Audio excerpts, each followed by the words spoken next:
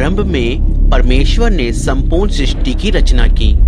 उन्होंने आकाश और पृथ्वी और उसमें जो कुछ है उसे रचा। जब हम देखते हैं कि परमेश्वर ने क्या क्या रचा है तो हम आश्चर्यचकित रह जाते हैं। जो कुछ परमेश्वर ने रचा वह सब अच्छा था। हर वस्तु उनकी महानता और भलाई और सामर्थ्य को प्रकट करती है।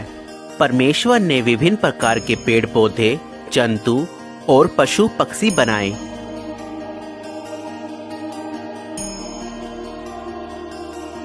तब उन्होंने मिट्टी लेकर पहले मनुष्य को बनाया और उसके नथनों में जीवन फूंका। पूरी हो जाए, हाथों में तेरे जीवन है ये। पहला मनुष्य आदम कहलाया। तब परमेश्वर ने आदम की पसली निकाली और उससे औरत को आदम की पत्नी और साथी होने के लिए रचा।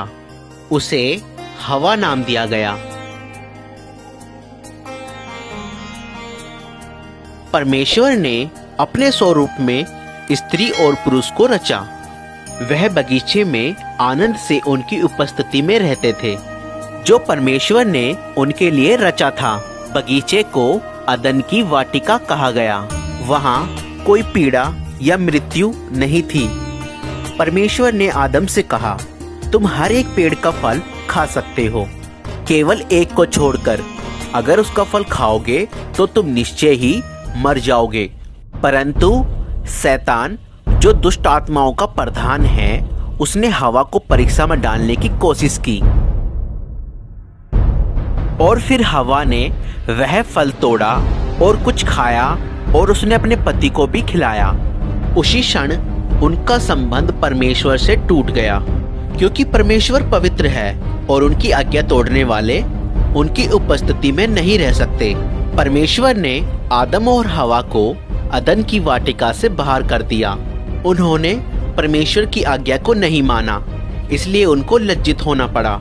उसके परिणाम स्वरूप आदम, हवा और उनका सारा वंश दुख और मृत्यु के भागीदार हुए। पर परमेश्वर बहुत दयालु हैं। उन्होंने मनुष्य से प्रेम करना नहीं छोड़ा।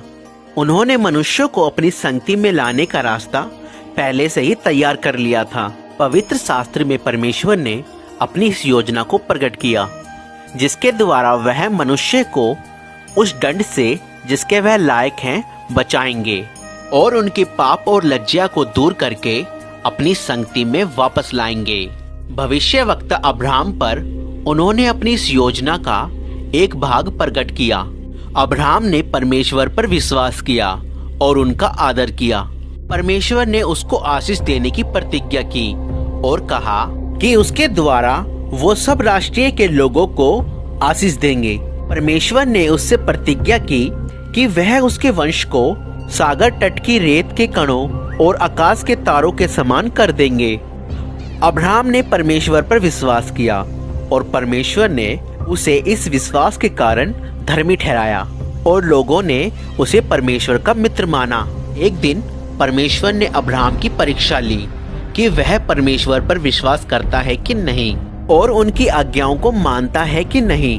परमेश्वर ने उससे अपने बेटे की बलि देने को कहा। अब्राहम जानता था कि इस एक पुत्र के द्वारा परमेश्वर ने वादा किया है कि वह उसे एक बड़ा वंश देंगे। फिर भी अब्राहम ने परमेश्वर पर विश्वास किया और उनकी आज्ञा मानी, इसलिए अपने बेटे को परमेश्वर के लिए बलि चढ़ाने की तैयारी कर ली। अब्राहम ने अपना खंजर उठाया, लेकिन तभी परमेश्वर ने कहा, अब्राहम, बालक को नुकसान न पहुंचा। मैं जानता हूँ तू मेरा भय मानता है और मेरी आज्ञाओं को मानने के लिए तैयार है।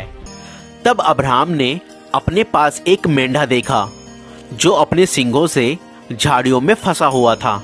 अब्राहम ने उस मेंढे को लिया जो परमेश्वर ने दिया था और परमेश्वर के लिए उसे अपने पुत्र के बदले बलि चढ़ाया। जब परमेश्वर ने अब्राहम के बेटे की जगह मेंढा उपलब्ध कराया, उन्होंने लोगों के लिए अपने महान प्रेम को प्रकट किया। उनका प्रेम उस अच्छे पिता के प्रेम जैसा है जो अपने पुत्र से प्रेम रखता है। इस घटना के द्वारा परमेश्वर ने ये प्रकट किया वह मनुष्यों के बदले एक बलि उपलब्ध कराएंगे। बहुत समय पहले परमेश्वर ने भविष्यवक्ताओं पर यह प्रकट किया कि वह एक पाप रहित व्यक्ति को आदम के वंशजों के बदले मरने के लिए भेजेंगे और लोगों के पाप और लज्जा को दूर करेंगे एक महान बलिदान के द्वारा।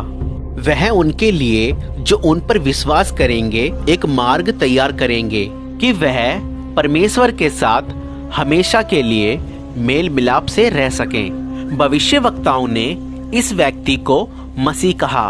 उन्होंने कहा परमेश्वर मसीह को अपने लोगों को बचाने के लिए भेजेंगे और वह उनके राजा होंगे और परमेश्वर के नाम पर हमेशा उन पर राज्य करेंगे। मसीह के कई सौ साल आने से पहले भविष्यवक्ताओं ने बताया कि मसीह क्या क्या करेंगे और उनके साथ क्या होगा। भविष्यवक्ता दाऊद ने कहा परमेश्वर मसीह के बारे में ये घोषणा करेंगे कि तू मेरा पुत्र है। यशाया भविष्यवक्ता ने कहा कि एक कुंवारी गर्भवती होगी और एक पुत्र उत्पन्न होंगे। उनका वो पुत्र परमेश्वर का अनंत वचन होगा जिसे परमेश्वर ने कुंवारी के गर्भ से मनुष्य के रूप में संसार के सम्मुख प्रकट करने के लिए भेजा। भविष्यवक्ताओं ने यह भी लिखा कि मसीह का जन्म बैतलहम में होगा। उन्होंने भविष्यवाणी की कि वह यरूशलेम में उनके राजा के रूप में प्रवेश करेंगे। उन्होंने ये भी लिखा कि 30 चांदी के टुकड़ों के बदले उनका एक नजदीकी मित्र उनको धोखा देगा। भविष्यवक्ताओं ने कहा कि मसीह अपने जीवन का बलिदान करेंगे, लेकिन परमेश्वर तीसरे दिन उन्हें मृतकों में से जीवित कर देंगे।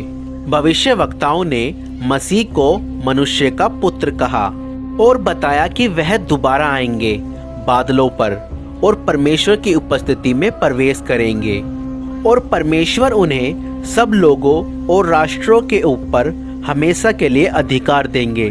2000 वर्ष पहले एक ऐसे ही व्यक्ति संसार में रहते थे जिनका नाम यीशु था।